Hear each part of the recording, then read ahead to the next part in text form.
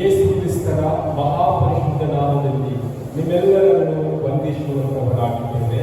Price the lord. ಶಾಲೋಮ್. ಈ ಬೆಳಗಿನ ಜಾವದಲ್ಲಿ ವಾಕ್ಯ ಓದಿಕೊಳ್ಳೋಣ. ಪೌಲನು ಕೊರಿಂಥದವರಿಗೆ ಬರೆದ ಮೊದಲನೇ ಪತ್ರಿಕೆ 10ನೇ ಅಧ್ಯಾಯ 12ನೇ ವಚನ 13ನೇ ವಚನ ಓದಿಕೊಂಡು ಸ್ವಲ್ಪ ಹೊತ್ತು ಧ್ಯಾನ ಮಾಡಿಕೊಳ್ಳೋಣ.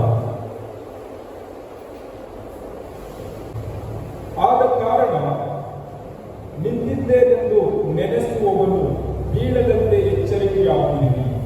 ಮನುಷ್ಯರು ಸಹಿಸಬಹುದಾದ ಶೋಧನೆಯ ಹೊರತು ಬೇರೆ ಯಾವುದೂ ನಿಮಗೆ ಸಂಭವಿಸಲಿಲ್ಲ. ದೇವರು ನಂಬಿಗಸ್ತನು.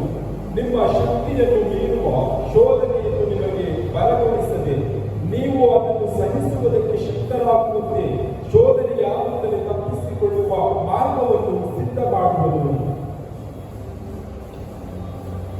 ಸಂದೇಶದ ಶಿರೋನಾಮೆ ಮಾರ್ಗ ಸಿದ್ಧ ಮಾಡುವುದು ಎಂಬುದಾಗಿ. ಯಾರು ಮಾರ್ಗ ಸಿದ್ಧ ಮಾಡುತ್ತಾರೆ? ಯಾಕೆ ಮಾರ್ಗ ಸಿದ್ಧ ಮಾಡುತ್ತಾರೆ? ಯಾವ ವಿಷಯದಲ್ಲಿ ಮಾರ್ಗ ಸಿದ್ಧ ಮಾಡುತ್ತಾರೆ ಎಂಬುದಾಗಿ ಈ ವಾಕ್ಯದ ಮೂಲಕ ನಾವು ತಿಳಿದುಕೊಳ್ಳುವಂತವರಾಗ. ಪೌಲನು ಕೊರಿಂಥ ಸಭೆಯವರಿಗೆ ಈ ವಾಕ್ಯ ಈ ರೀತಿಯಾಗಿ ಬರೆಯುತ್ತಾ ಇದ್ದಾರೆ. ನೀವು ನಿಂತುಕೊಂಡಿದ್ದೇವೆ ಎಂಬುದಾಗಿ ಹೇಳುವಾಗ ಬೀಳದಂತೆ ನೋಡಿಕೊಳ್ಳಿರಿ ಮತ್ತು ಶೋಧನೆ ಬರುವಾಗ ಅದನ್ನು ಸಹಿಸಿಕೊಳ್ಳುವುದಕ್ಕೆ ನಾವು ಶಕ್ತರಾಗುವಂತೆ ದೇವರು ನಮಗೆ ಬಲವನ್ನು ಕೊಡುತ್ತಾರೆ. ನಾವು ಸಹಿಸದಕ್ಕಾಗದೇ ಇರತಕ್ಕಂಥ ಶೋಧನೆಗಳು ಬರುವಾಗ ಅದರಿಂದ ತಪ್ಪಿಸಿಕೊಳ್ಳುವುದಕ್ಕಾಗಿ ಯೇಸು ಕ್ರಿಸ್ತನೇ ಮಾರ್ಗವನ್ನು ಸಿದ್ಧ ಮಾಡುತ್ತಾರೆ ಎಂಬುದಾಗಿ ಪೌಲನು ಕೊರಿಂಥ ಸಭೆಯವರಿಗೆ ಹೇಳ್ತಾ ಇದ್ದಾರೆ. ಪ್ರೀತಿಯ ಸಹೋದರ ಸಹೋದರಿಯರೇ, ನಾವು ಈ ಒಂದು ದಿನದಲ್ಲಿ ಲೋಕದಲ್ಲಿ ಯಾವ ರೀತಿಯಾಗಿ ಜೀವಿಸ್ತಾ ಇದ್ದೇವೆ? ಶೋಧನೆಗಳು ಬರುವಾಗ, ನಮಗೆ ಬಾಧೆಗಳು, ನಮಗೆ ಸಾಲ, ಅನಾರೋಗ್ಯ, ನಮಗೆ ಹೇಳಿಕೊಳ್ಳಲಿಕ್ಕೆ ಆಗದೇ ಇರತಕ್ಕಂಥ ಅನೇಕ ಆಲೋಚನೆಗಳು ಬರುವಾಗ ನಾವು ಯಾವ ರೀತಿಯಾಗಿ ಲೋಕದಲ್ಲಿ ಜೀವಿಸುತ್ತಾ ಇದ್ದೇವೆ? ನಮಗೆ ಸಹಿಸಿಕೊಳ್ಳಲಿಕ್ಕೆ ಆಗದೇ ಇರತಕ್ಕಂಥ ಶೋಧನೆಗಳು ಬರುವಾಗ ನಾವು ಈ ಲೋಕದಲ್ಲಿ ಯಾವ ರೀತಿಯಾಗಿ ಜೀವಿಸ್ತಾ ಇದ್ದೇವೆ? ನಮ್ಮನ್ನೇ ನಾವು ಪರೀಕ್ಷೆ ಮಾಡಿಕೊಳ್ಳೋಣ. ನಾವು ಯೇಸು ಕ್ರಿಸ್ತನಲ್ಲಿ ನಂಬಿಕೆ ಇಟ್ಟವರಾಗಿದ್ದುಕೊಂಡು ನಿತ್ಯ ಜೀವವನ್ನು ಜೀವಿಸುತ್ತಾ ಇದ್ದೇವೆ. ನಮಗೆ ಶೋಧನೆಗಳು ಬರುವಾಗ, ಕಷ್ಟಗಳು ಬರುವಾಗ ನಾವು ಪ್ರಾರ್ಥನೆ ಮಾಡುವಂತವರಾಗಬೇಕು.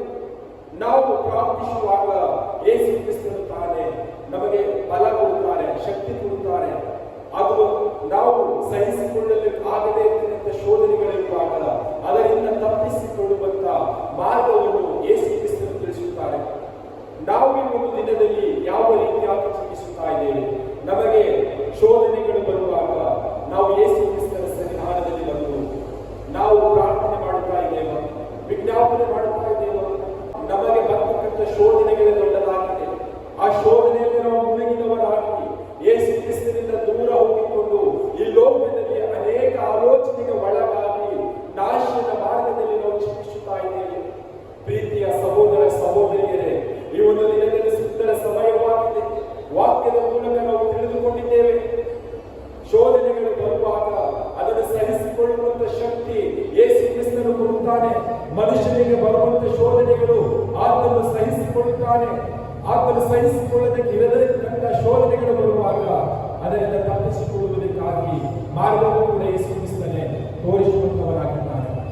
ಈ ಒಂದು ದಿನದಲ್ಲಿ ಲೋಕದಲ್ಲಿ ನಾವು ಜೀವಿಸುವಾಗ ನಮಗೆ ಏನೇ ಶೋಧನೆಗಳು, ಕಷ್ಟಗಳು, ನೋವು, ದುಃಖ, ಬಾಧೆ, ಅನಾರೋಗ್ಯ, ಸಾಲ ಬಾಧೆ ಇದೆಲ್ಲವೂ ಬರುವಾಗ ಕೂಡ ಯೇಸು ಕ್ರಿಸ್ತನಲ್ಲಿ ಬಂದುಕೊಂಡು ನಾವು ಪ್ರಾರ್ಥಿಸುವಂತವರಾಗೋಣ.